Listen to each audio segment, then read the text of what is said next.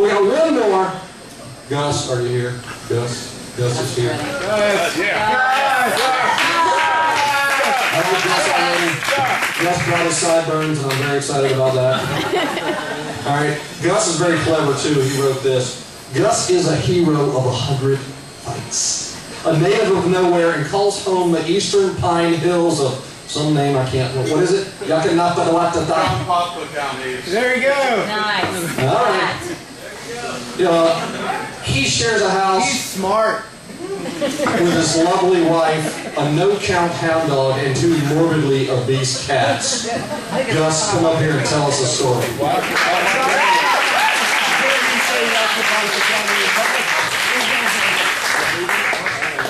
Hello, everybody. The story I'm about to tell is called Education Informals, my first dance. When I was 1992, I was 15 years old, and the clouds had just lifted on probably the worst year of my life. I had grown up in Norcross, Georgia, just outside of Atlanta, and had just found a starting position as a defensive end on the football team and tight end on offense, and my dad is what they call in the corporate world a fixer, so he has about 5-year gigs everywhere that he goes, and his 5-year gig in Norcross had run up, and he decided he was going to take us out west, and at that age I had lived in Dallas, Houston, and Atlanta, so all I knew was the South. And all that I knew outside of the South was Yankees. So he decided we were going to go to Denver. When we moved out to Denver, he wanted us to be rusticators and moved up the hill a little bit, halfway between Denver and the ski resorts, to a little town called Evergreen, Colorado. The high school was brand new. Our rivals was Columbine High School, who some of you might be familiar with. And we didn't even have our own football field, so we had to go practice, play games down the hill in Denver.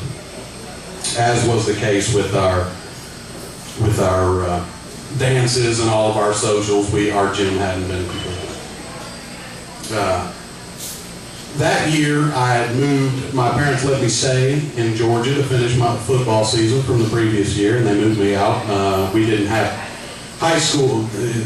There were no middle schools in Colorado. There were junior highs, and then we had 9th, 10th, or the 10th, 11th, and 12th grade was in another school. So I moved out there for my 10th grade year right before football season, and got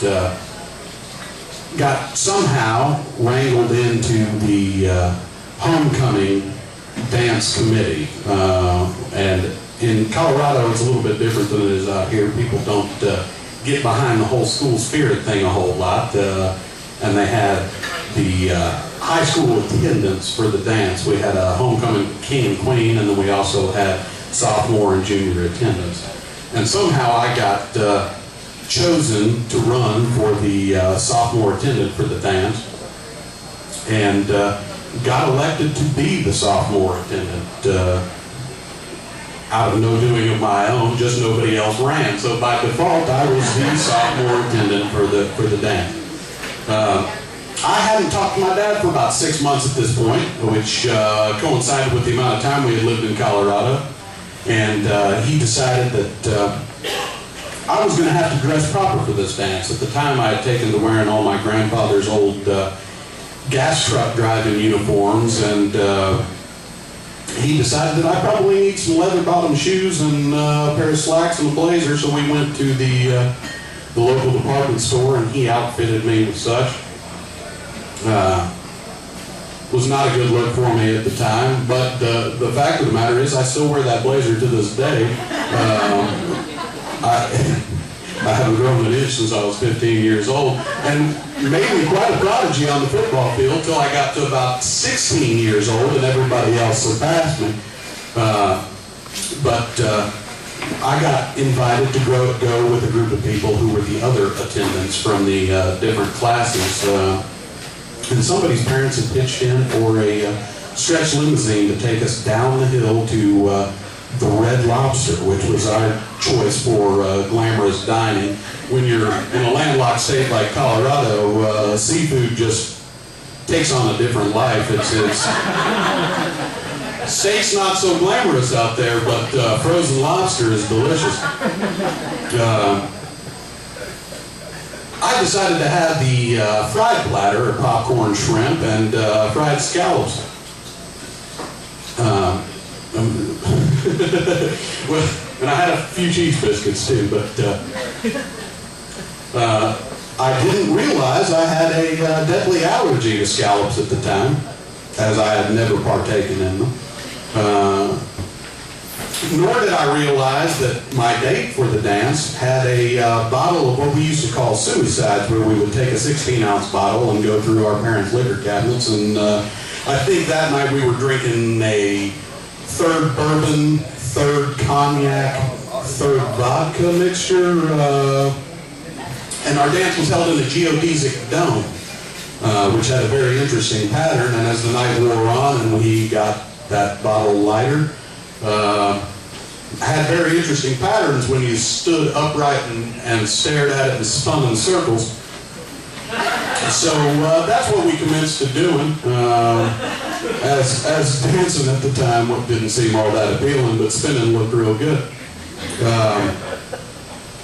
Little did we realize that the limo that had been rented for us was only a one-way trip. So we took the Blazer of one of my friend's mothers with her at the wheel back up the mountain about 45 minutes. And we all lived in fairly remote neighborhoods. Neighborhoods is kind of just an idea. It's not really actually what I would call them. So we went winding through the hills just outside of Denver with a gullet full of bourbon, vodka, and cognac, and fresh off a spinning fest, and due to her easy listening choices, we had all decided that maybe a nap was in order. So we had all taken a bit of a nap, and I woke up just as we pulled into my driveway, and didn't realize that closing your eyes in the car while driving is not just an urban myth. That's a fact. Don't do that if you feel ill. So my very first dance, I get home.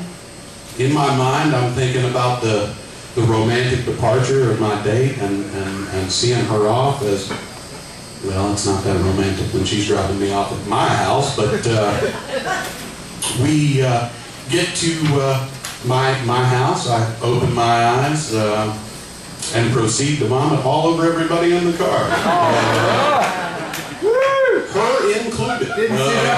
So their stop at my house was a little bit longer than intended, and a lot of dawn involved, but we got everybody looking right and ready to go, and I believe that I was somewhere in a closet when my mom rustled me up and told me that my date wanted to say goodnight.